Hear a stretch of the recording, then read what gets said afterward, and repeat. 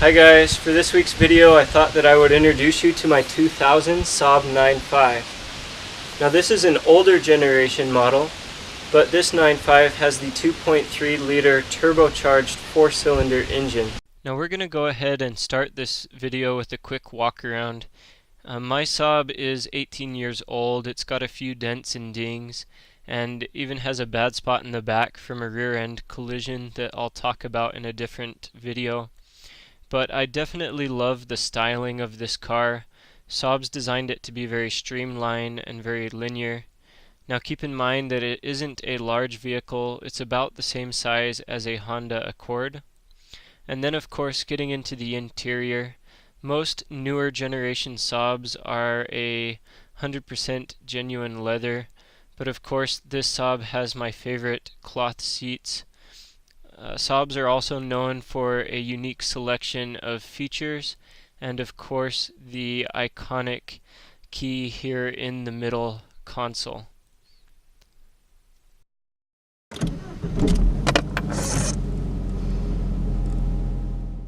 Now Saabs with the B235 engine are definitely known for their unique engine note and vibrations. However, the interior of the car is very luxurious. It was definitely ahead of its time. Some of my favorite features are the auto climate control and the amazing sound system this car packs. It's not like my F-150 or anything, but it's still pretty good.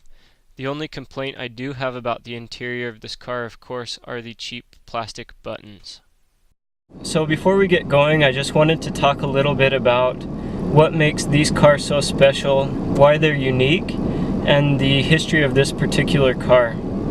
Saab was originally a jet fighter and war equipment manufacturer, but at the end of World War II they saw that they would need a different stream of revenue. They turned to automotive for that. They started to build cars at the end of the 1940s. The first few years of Saab cars really weren't that great, but they soon had it figured out. They definitely built things a little bit differently than everyone else.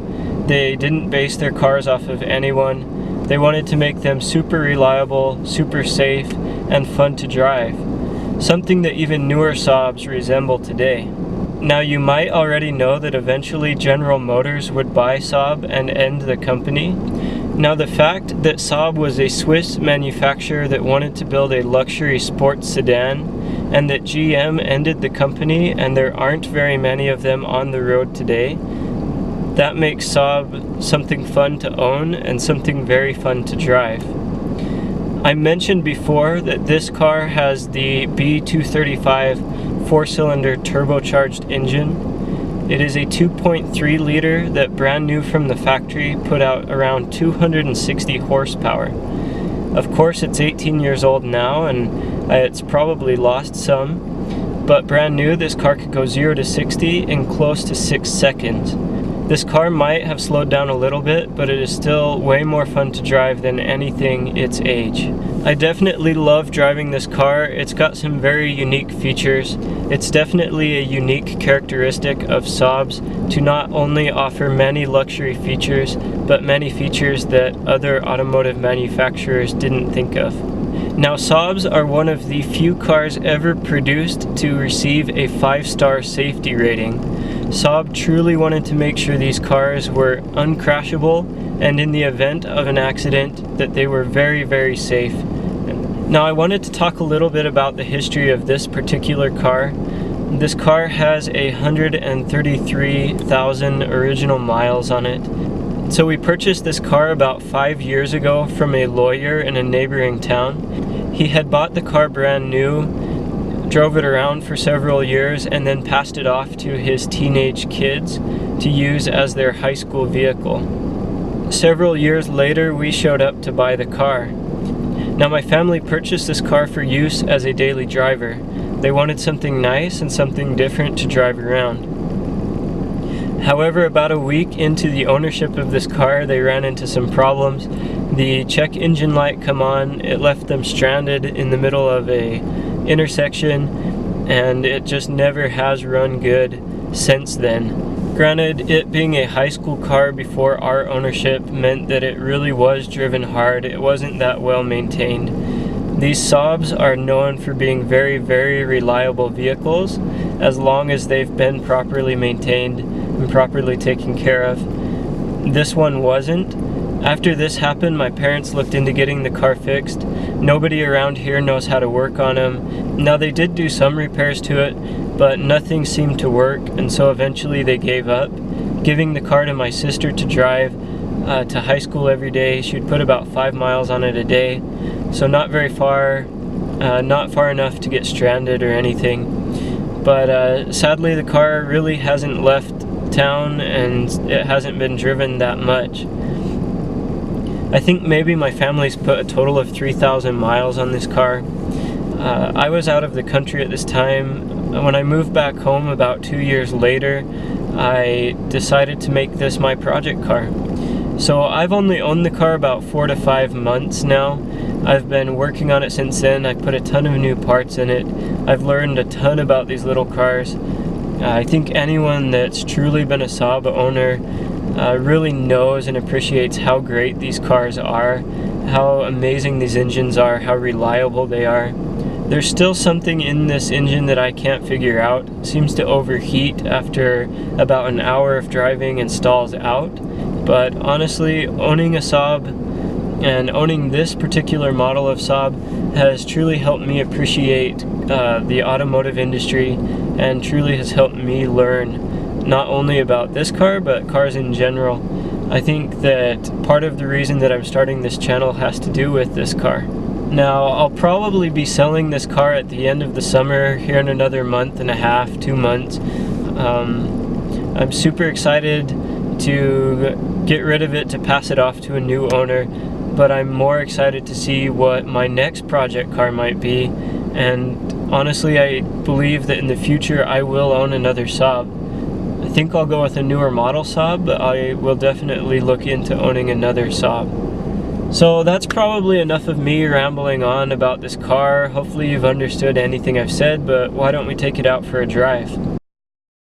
If you're thinking that driving an 18-year-old Saab is just like driving any other 18-year-old car, well, you're probably not that far off. Honestly, I love how this car handles. The traction control system is amazing when compared to other vehicles of its age, as well as the suspension and the engine power. Now, taking into account that it has lost some over the years, and that I've been told my front struts are about shot, this car truly does ride amazing, and really is a blast to drive on the highway. Now, it's nothing like driving a newer luxury sports sedan, but honestly, this car's engine sounds great, and it still is a blast to drive even today in 2018. Honestly, even when it comes to features, this car packs a lot of the same ones that brand new cars have today, making it a very comfortable ride for both extended trips or just a run around town.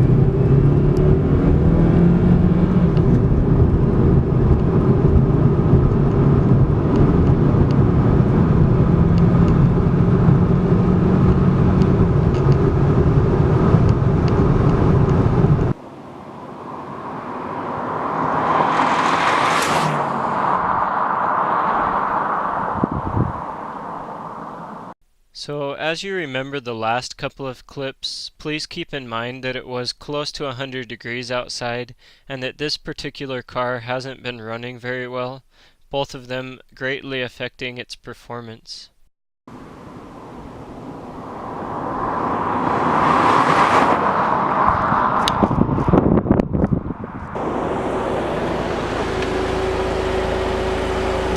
Alright guys, so I think mostly due to the heat, my SLR's battery pack died and I don't have another one with me or a way to charge it. But hopefully you guys have enjoyed this video.